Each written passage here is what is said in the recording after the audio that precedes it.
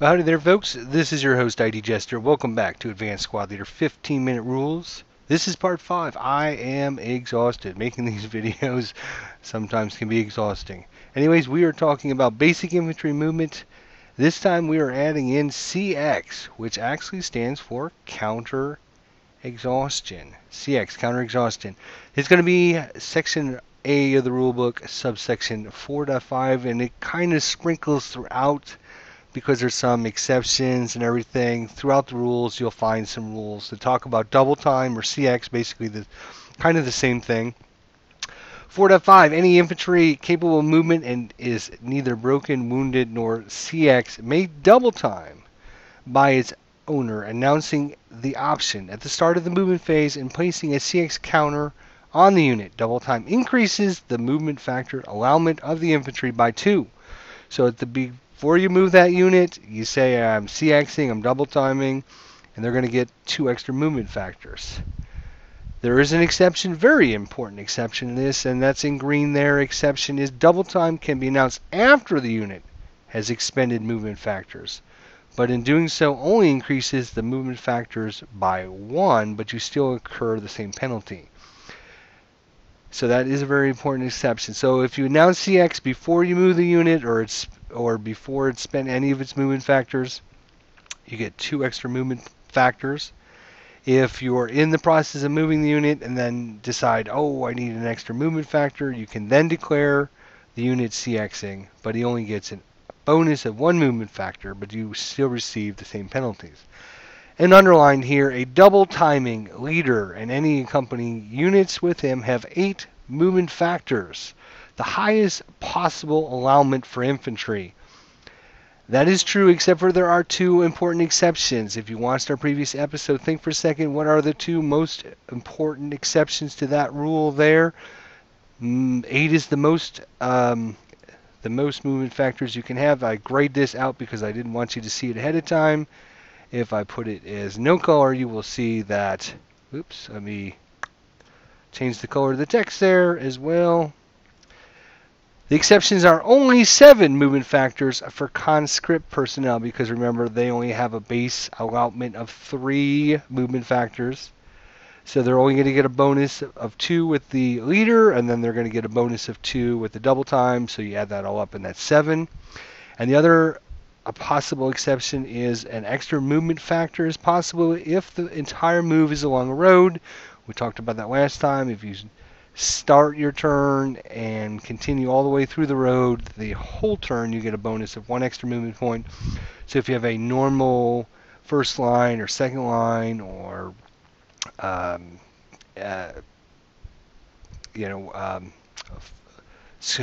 can't think of the word. Not the green, was the elite, sorry. I couldn't think of the word. If you have an elite, first line, second line, so they're not a conscript, they're not a green, you're going to have a base movement factors of 4. You're going to bonus 2 movement factors because of the leader. You get a bonus movement factors of 2 because you're declaring double time, and you get a bonus of 1 extra movement point. So you're moving along the road the entire time. So those are the 2 important exceptions to that. So normally you'll have 8. If they're conscripts and they're getting a leader bonus, the most you'll have with them is 7. And if you have an elite, a first line, or second line, you will have a possibility of having a maximum of 9 movement factors. Yep. Double time does not allow any additional movement when entering a location whose cost of entry is all. Double time may not be used by a unit that will ride, mount, dismount any kind of conveyance during the player turn, nor will attempt to move beneath the wire counter. And then the exact rule of all these great penalties that you get for double timing is here in section 4.51. A CX unit must add 1 to any labor task or die roll they make. They add 1 to any inherent support weapon or smoke grenade availability check. CX units must also add 1 to any close combat attack they make and deduct 1 from any close combat made against them. They also must add 1 to their search and recovery die roll or an ambush status. They may not advance into difficult terrain. The CX counter, when does it get taken away? Well, that's a good question. The CX counter is removed if the unit breaks, or in its next player turn, as soon as it completes all of its prep fire, it's designated as an opportunity fire, or it moves, or at the conclusion of its next movement phase, whichever comes first. And the very special rule we're going to look at, hopefully if I have time at the end of this video, is 4.72 difficult terrain, and advance into a hex whose movement factors is greater than or equal to 4 movement factors, or all of the units available non-double time movement factors, whichever is less, may not be made if it's already CX. Otherwise, they may advance and it becomes CX in the process. So hopefully you get a chance to look at that. So let's go back to our example here in Vassal, and let's show you the same setup that we had last time here. I know we didn't get a chance to move a lot of units around. Hopefully this time we will.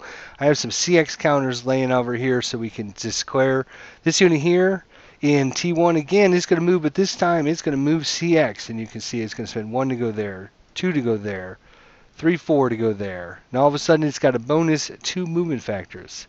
So it can spend 1 to go there and another 1 to move there. And of course, during its move, the defensive player can defensive first fire. And in this case, we're not really worried about that. We're just kind of showing you the bonus positioning you can get by CXing your units.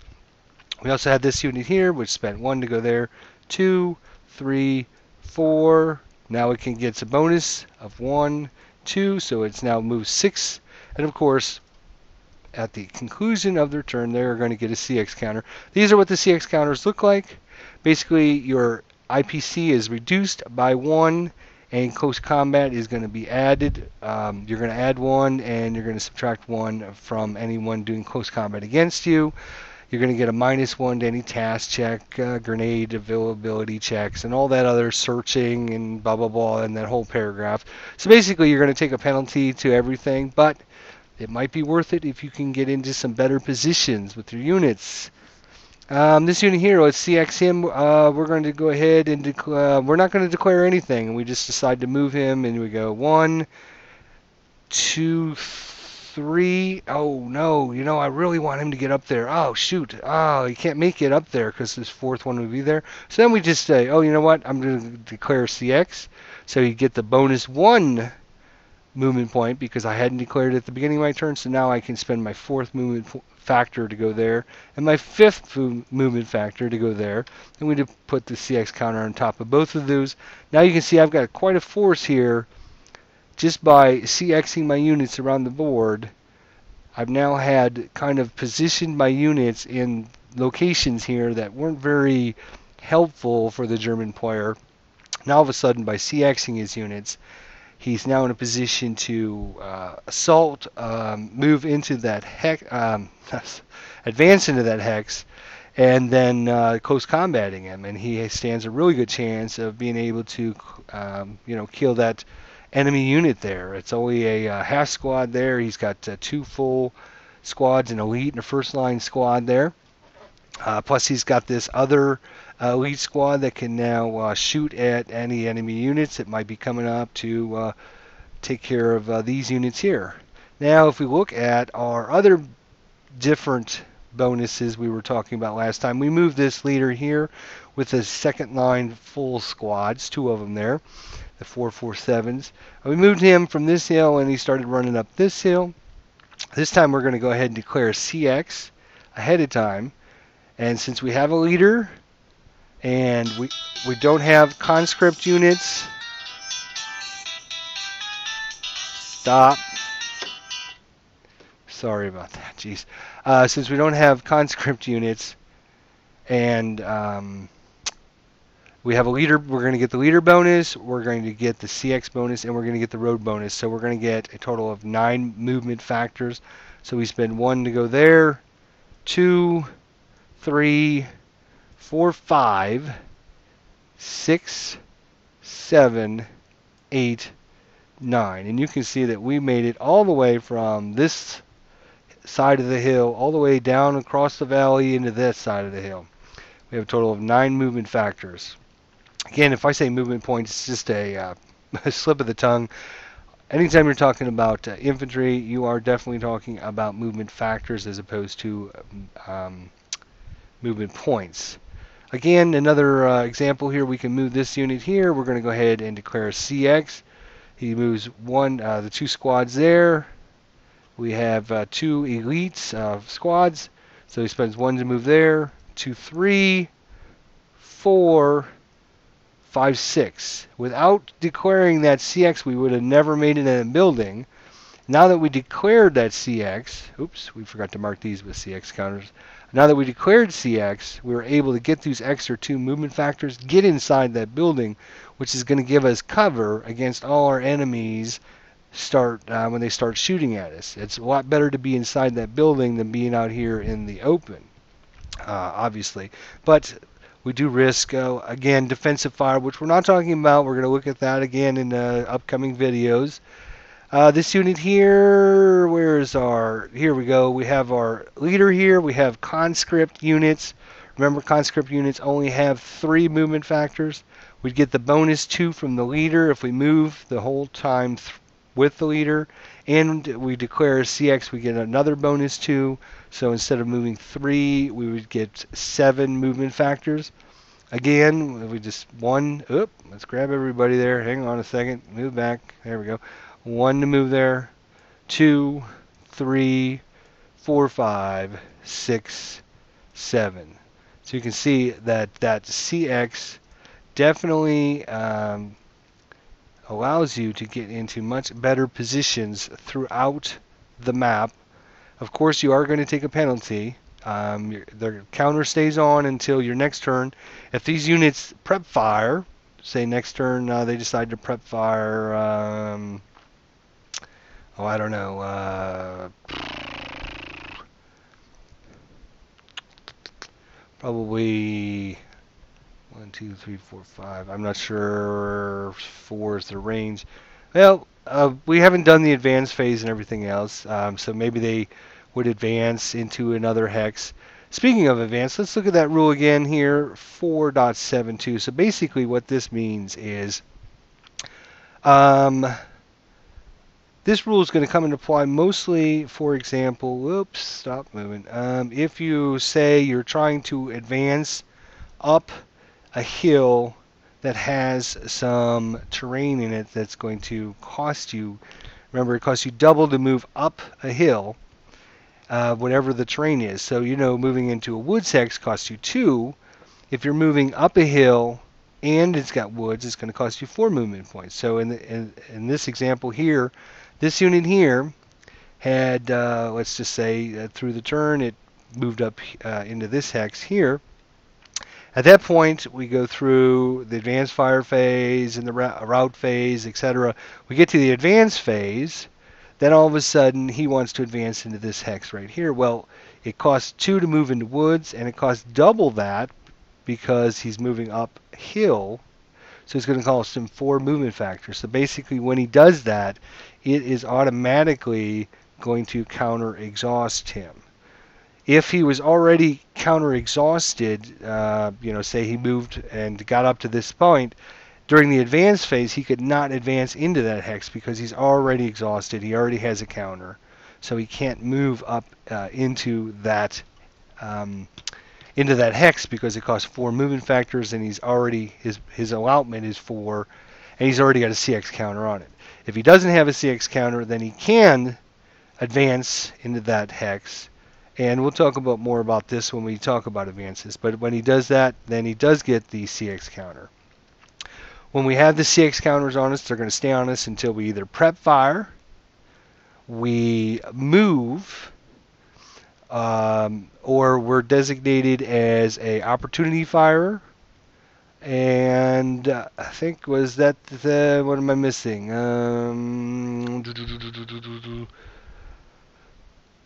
Yep, that's it. Or becomes TI, yeah. Or at the conclusion of its movement phase. Yes, so if this, let's just say this unit prep fires, he shoots, he gets a penalty of -1. Once he's done, he would get that counter removed, and he would get a prep fire counter on top of it. On top of the counter stack. Once he's done, once all these units have finished prep firing. And then, it's assumed that this guy here decides to move. You're going to take that counter off. And all you do is remember that if you take the counter off, that unit can then no longer CX again. So if you're already CX'd, you can't CX again.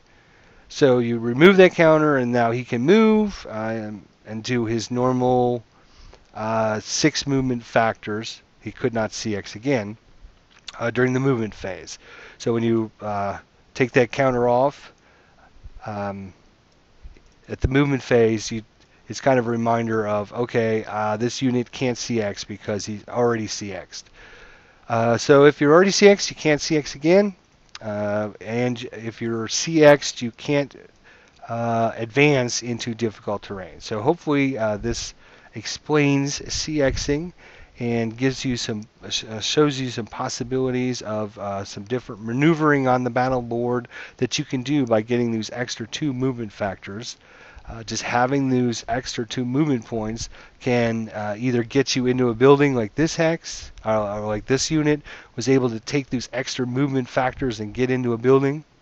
Or a lot of times what will happen is when the enemy, say, defensive fires into a location, and these residual on a spot, then all of a sudden you're going to have to declare maybe a CX in the middle of your move, because instead of moving through a hex, you might have to go around the hex, and it would cost you more movement factor. So if you declare CX double time, once you've started spending movement factors, you only get a bonus of 1. If you declare it at the beginning of your turn, you get a 2 bonus. And they stay on there until your following turn when you prep fire and or move. So hopefully this helps you understand some CX. Next time we're going to look at how we combine CXing and our basic move with our special bypass move, and we're going to find out how much farther and better we can get when we start moving our units around the battle board. So thanks for watching. Leave your thoughts and comments below. Definitely thumbs up and let me know if you like the new 15-minute series, which I'm going to probably change to the 17-minute series, because for some reason all of these videos end up 17 minutes. Thanks for watching.